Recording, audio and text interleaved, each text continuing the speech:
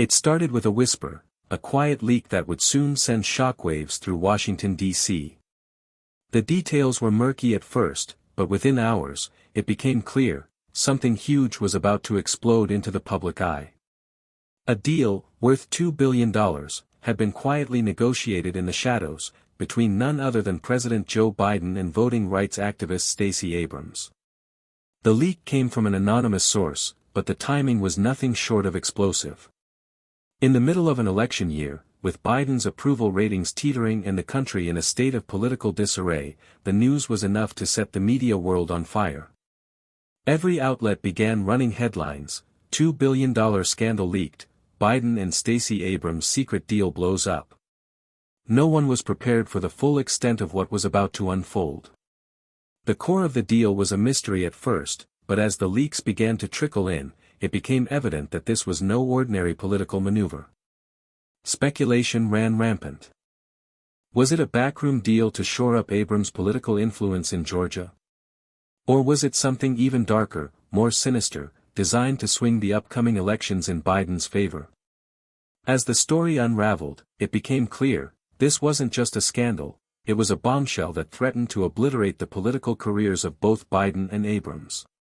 The media frenzy was only the beginning. As more details leaked, it became clear that the $2 billion deal had been years in the making. Hidden in plain sight, Biden and Abrams had been holding secret meetings for months, away from the prying eyes of the press and the public. They had been discussing the future of the Democratic Party, and how to secure a lasting political dynasty. The deal, they hoped, would cement both of their legacies. But what was the price of this ambition? As the source revealed more, whispers spread that the $2 billion wasn't just a financial transaction. It was part of a much larger web of influence, controlling media outlets, swaying key state governments, and funneling enormous sums of money into organizations that would shape the 2024 elections. Sources close to the deal claimed that Abrams, leveraging her influence in Georgia and across the South, had agreed to use her political machine to manipulate voter turnout in key swing states. In exchange, Biden's administration promised her even more power, perhaps even a cabinet position, once his term ended. The idea of a political partnership between the two had never been publicly acknowledged, but the leaks were making it undeniable. Both were using their positions to further each other's interests, at the expense of the voters they were supposed to serve.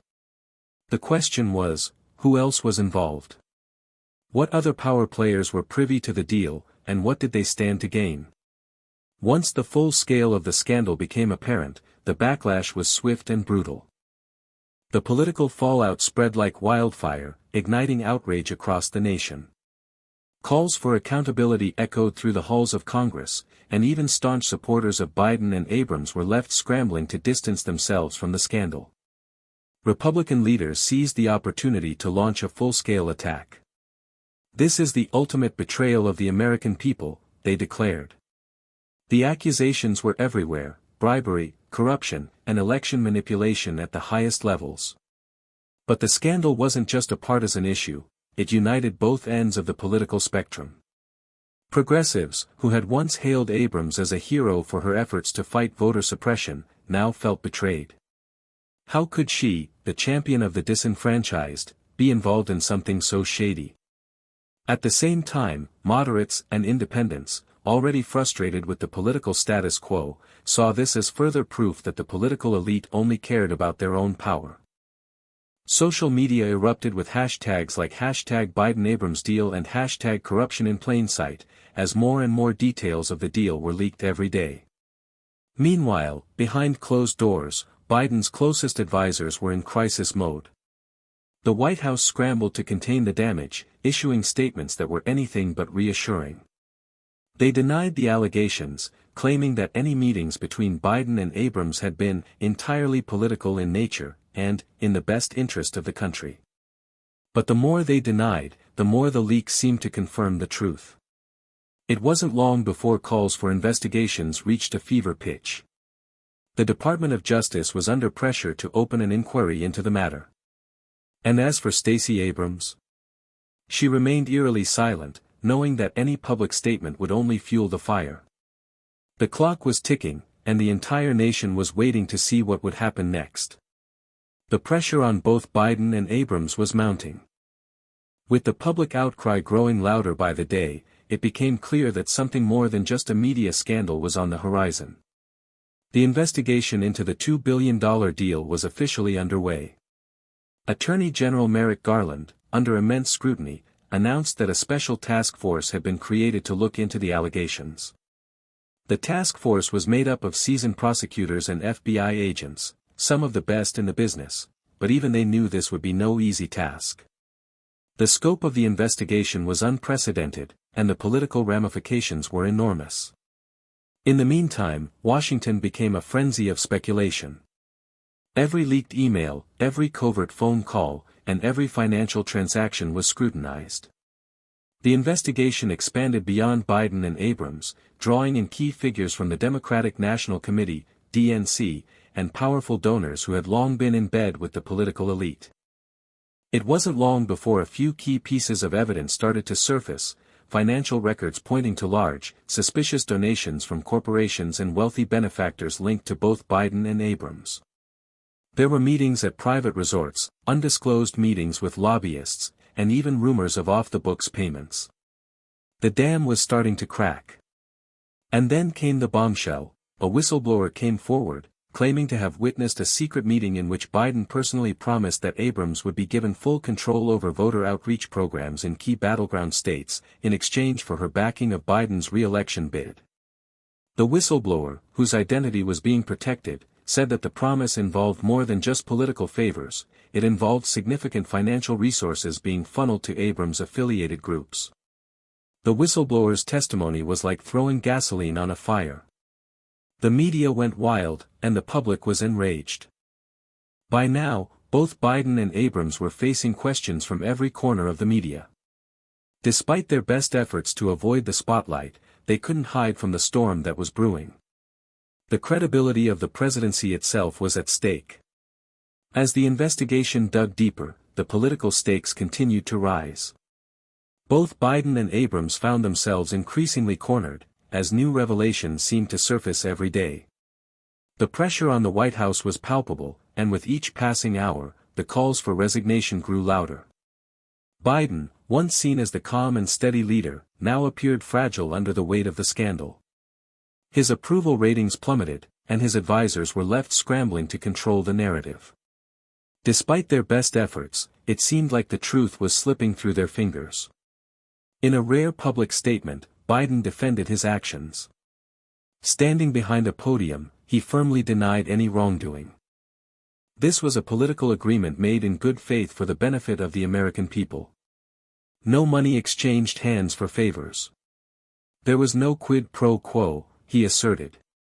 But his words, meant to reassure the public, only seemed to add fuel to the fire. The American people were no longer willing to accept vague explanations, they wanted answers. Meanwhile, Stacey Abrams remained in the background, conspicuously absent from the media circus. Her silence only fueled further speculation. The longer she remained hidden, the more the public began to question her role in the scandal.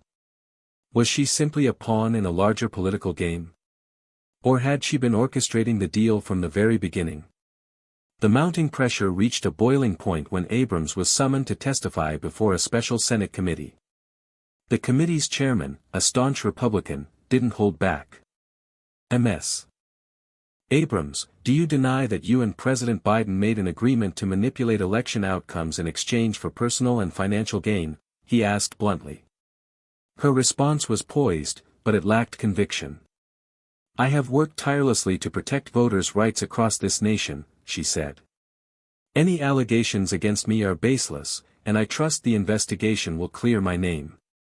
But the public wasn't convinced. With each word she spoke, the doubt deepened. Behind closed doors, her allies urged her to stay calm and wait for the investigation to play out. But she knew, her future was on the line. The pressure from the investigation was now more than just a distant concern, it had become a full-blown political storm. Both Biden and Abrams found themselves on the defensive, facing a relentless wave of accusations, protests, and even calls for impeachment. The scandal was no longer just an embarrassment, it had become a defining moment for their careers. As the task force's investigation gained momentum, new revelations kept coming to light.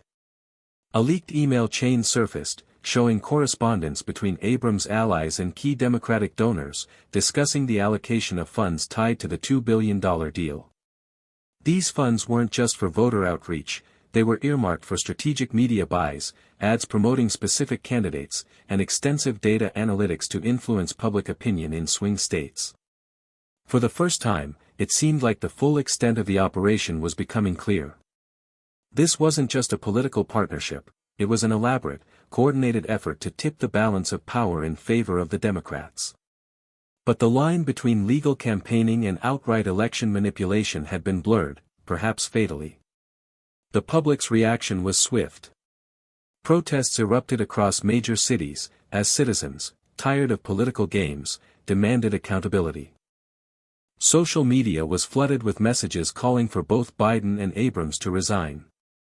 The hashtag Biden-Abrams cover-up was trending worldwide. Even members of the Democratic Party, sensing the tide turning, began to distance themselves from Biden and Abrams. Some called for a special counsel to be appointed to ensure an independent investigation. Others, sensing an opportunity to seize control, quietly began positioning themselves for a potential presidential run in 2024, should Biden decide to step down. Behind the scenes, Biden's advisors had one clear message: damage control.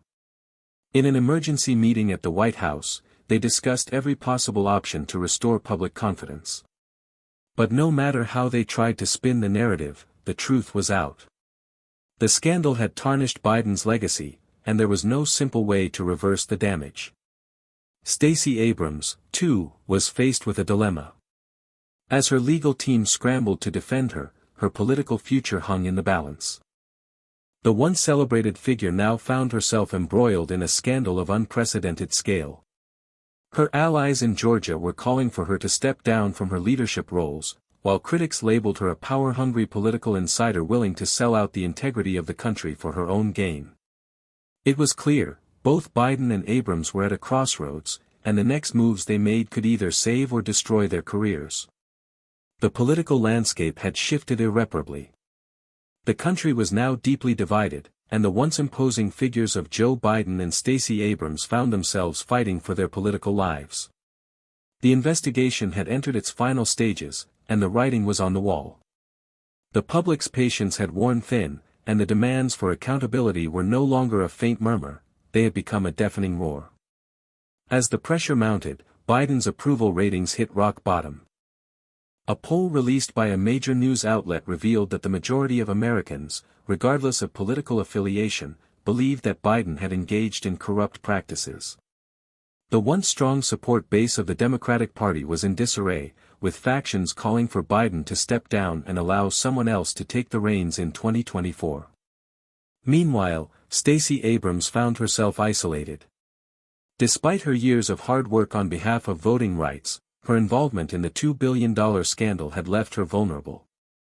She was no longer seen as the champion of the marginalized, instead, she was viewed as a willing player in a corrupt scheme designed to manipulate the democratic process for political gain. In a desperate attempt to salvage some semblance of control, Biden addressed the nation in a televised speech. His face, once calm and reassuring, now showed the strain of the scandal. The speech was a mix of deflection and apology. "I have always acted in what I believed was in the best interest of the American people," he said, his voice wavering. "But I understand that the actions taken by me and others were a mistake. I take full responsibility for what has transpired." But his words fell on deaf ears. No apology could undo the damage that had been done. The investigations had proven that both Biden and Abrams had crossed lines they could never come back from. As the days passed, more key figures in the Democratic Party began to make their moves. Speculation about who would replace Biden in 2024 reached a fever pitch. It was no longer a matter of if he would step down, but when. Behind the scenes, prominent figures like Senator Kamala Harris and Governor Gavin Newsom began to position themselves for a run, with high-profile backers rallying behind them. Biden's presidency, once seen as a beacon of hope, was now teetering on the edge of collapse. The damage from the scandal was too great, and the political calculus was shifting. His time in office was nearing its end, and there was no easy path forward. As for Stacey Abrams, the silence was deafening. Her once loyal supporters turned against her, and even her closest allies began to question her judgment. The political career she had fought so hard to build was crumbling before her eyes, and there was little she could do to stop it. The $2 billion scandal had destroyed everything.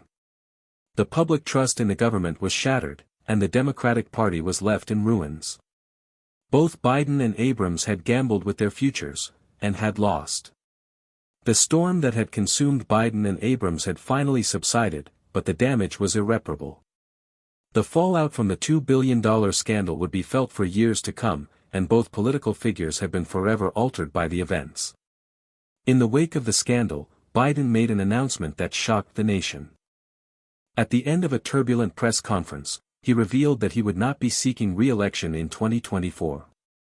The decision was a bitter one, but he knew it was the only way to begin repairing the damage caused by the scandal. His legacy as president had been irrevocably tarnished, and the weight of the political fallout had become too much to bear. The American people deserve leadership that they can trust, Biden said, his voice heavy with regret. I cannot, in good conscience, continue in this role when I have failed to live up to their expectations. It is time for new leadership to take the reins. The news sent shockwaves through Washington, and the media exploded with speculation about the future of the Democratic Party.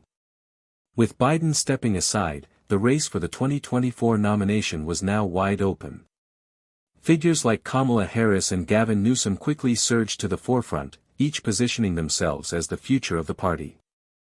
But the true weight of the scandal was felt most keenly by Stacey Abrams. Once heralded as a political star, she had been thrust into an even darker spotlight.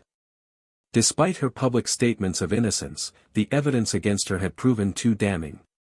She became a symbol of corruption within the political system, and her calls for redemption fell on deaf ears.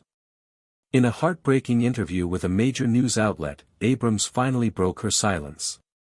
I never intended for things to turn out this way, she said, her voice strained. I worked tirelessly for the cause of fair and free elections. But I recognize that my involvement in this deal has irreparably damaged that cause, and I take full responsibility. Despite her attempts at redemption, the public was unforgiving. Abrams had once been seen as a force for change, but now she was nothing more than another casualty of the political machine. Her influence waned, and she quietly withdrew from the public eye, no longer the beacon of hope she had once been. As the 2024 election cycle began, the Democratic Party found itself fractured. The scandal had dealt a massive blow to the party's credibility, and many voters were disillusioned. The question was no longer just about who would win the presidency, it was about whether the country could ever regain its faith in the political system. Biden, now a former president, retreated from the spotlight, his legacy forever tied to the scandal. Abrams, too, faded into the background, her career a cautionary tale of political ambition gone wrong. The $2 billion deal had not only destroyed two prominent political careers, it had shattered the very foundation of trust between the American people and their leaders. And the scars from the scandal would remain for years, perhaps decades, to come.